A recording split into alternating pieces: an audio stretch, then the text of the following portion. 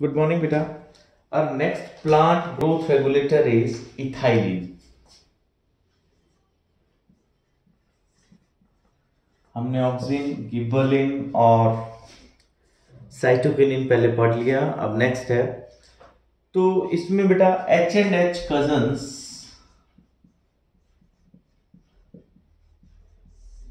इन्होंने ये नोटिस किया, हिस्ट्री है इसकी, कि जो राइपन ऑरेंजेस हैं, जो पके हुए हैं ripen oranges, these oranges releases a volatile substance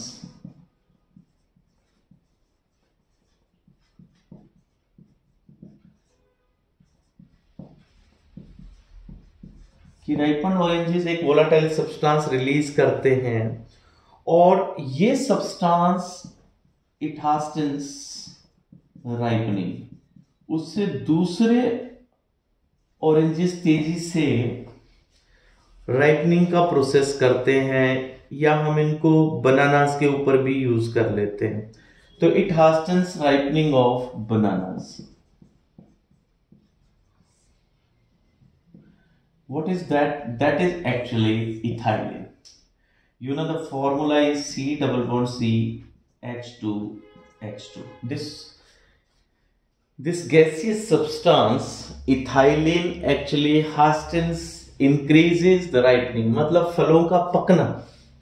अपन सुनते हैं ना, स्टोर्ड फूड है और अनराइपन बनाना आते हैं, उनको फिर स्टोर में राइपनिंग करते हैं, तो उनका जो ये बनाना को चेंज करते हैं ग्रीन टू येलो कलर में, और उसकी स्वीटनेस बढ़ जाती है फ्रूट की. That is with the help of this PGR ethylene. So it's a gaseous PGR. You know, ethylene is a gas, it's a gaseous PGR. So how it is synthesised? Naturally तो ये ऐसे मिला, हमें इसकी discovery हो गई. तो इसको बनाते कैसे हैं? तो इथाइलिन बनाने के लिए हम लोग यूज करते हैं मीथियोनिन. मीथियोनिन इसका एक प्रिकर्सर है जिससे ये बनता है.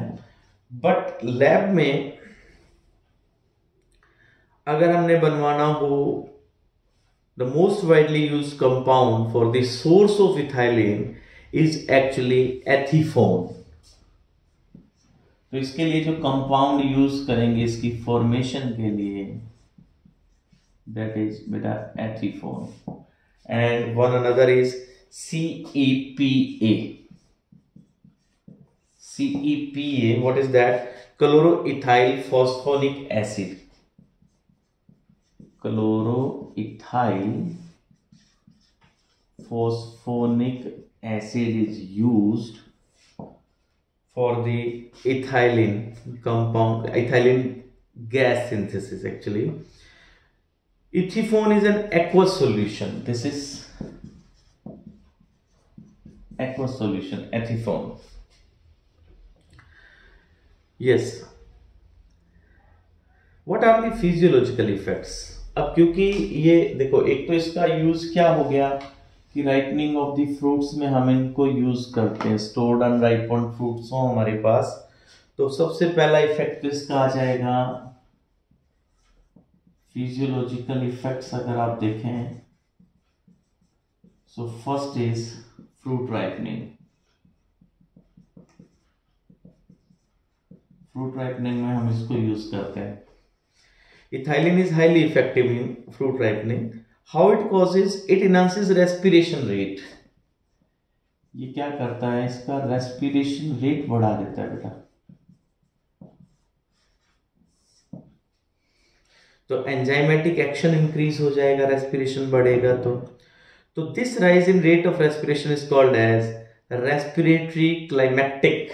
It's called as respiratory climacteric. मतलब फ्रूट राइपनिंग तो कर रहा है, बट कैसे कर रहा है? तो आंसर होगा कि it increases the rate of respiration. What is the technical term for the increased rate of respiration? So you will say that it is respiratory climactic. Yes. तो ऐसा किन फ्रूट्स में हम यूज करते हैं? बनाना में यूज करते हैं, टोमेटो में यूज करते हैं, एप्पल में, ऑरेंजेस में। टोमेटो के केस में यूज कर लेंगे बेटा इसको, एप्पल में यूज कर लेंगे, अभी बताया जैसे बनाना में यूज कर लेंगे, ऑरेंजेस में यूज कर लेंगे। ऑरेंजेस से तो डिस्कवरी हुआ है ना। सनसेंस और ऑब्सेशन बेटा, सेकेंड सनसेंस एंड एब्सिशन। तो अपन ने जो पहले हॉर्मोन्स पढ़े वो एजिंग डिले कर रहे थे ना, पीछे जो हमने सारे पढ़े हैं वो एजिंग को डिले करते हैं, जबकि ये क्या करेगा? प्रमोट करेगा। ये तो जो एजिंग को फास्ट कर रहा है, तो ये सनसेंस और ऑब्सेशन को प्रमोट करने वाला है बेटा, स्पेशली लीव्स और फ्लावर्स को। तो नेक्स्ट है बेटा डोरमेंसी। इसको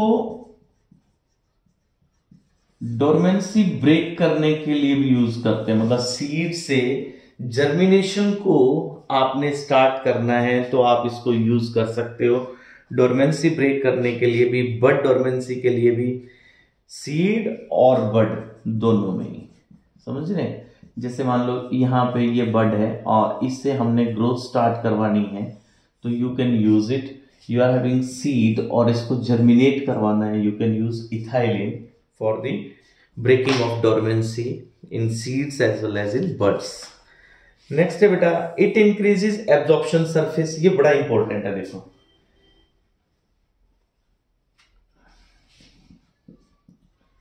इंक्रीजेस एब्जॉर्प्शन सरफेस। एब्जॉर्प्शन कहां से होती है? रूट से। तो ये क्या करता है? ये रूट ग्रोथ करवा देता है बेटा, रूट ग्रोथ करवा देगा, रूट हेयर की ग्रोथ करवा देगा। तो उससे क्या होगा? एब्जॉर्प्शन का रेट बढ़ जाएगा। इथाइलिन को हम यूज करते हैं इनिशिएट फ्लावरिंग। फ्लावरिंग के लिए भी हम इसको यूज करेंगे। प्लांट के अंदर अगर आपने अर्ली फ्लावरिंग करवानी है तो you can use ethylene.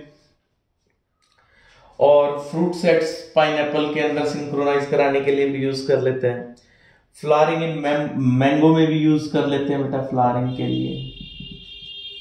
Example अगर आपने याद रखना हो तो इसको मैंगो में यूज करते हैं फ्लावरिंग इनहांस कराने के लिए, इंड्यूस करवाने के लिए।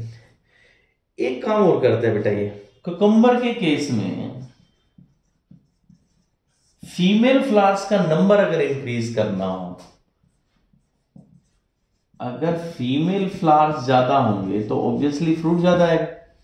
तो फीमेल फ्लावर्स को जो इंक्रीज कराने के लिए इसको हम क्या कहेंगे? फेमिनाइजिंग इफेक्ट भी कह देते हैं। इसके लिए टेक्निकल टर्म आप यूज कर सकते हो, feminising effect. So ethylene is use for feminising effect in cucumbers and it will result in increase yield, है ना।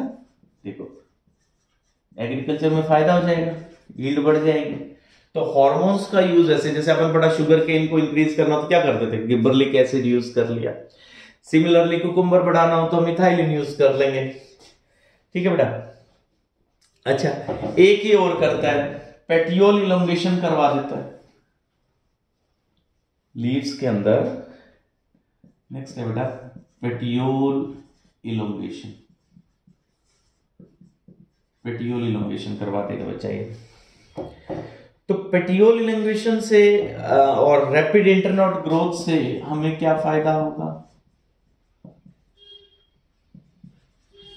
ये हम राइस में यूज कर लेंगे बेटा। राइस प्लांट किस में ग्रो करता है? पानी में ग्रो करता है। अगर आपने वहां इथाइलिन यूज कर ली तो अपर पार्ट जो है वो अब पानी से अबव ही रहेगा। तो राइस के अंदर ये इथाइलिन यूज करेंगे ताकि जो लीव्स है, अपर पार्ट है, वो पानी से बाहर रहे। ठीक है बेटा। ठीक है जी। इसके बाद एक बचता है हमारा अब्सेसिक एसिड, छोटा सा टॉपिक है। थैंक यू बेटा।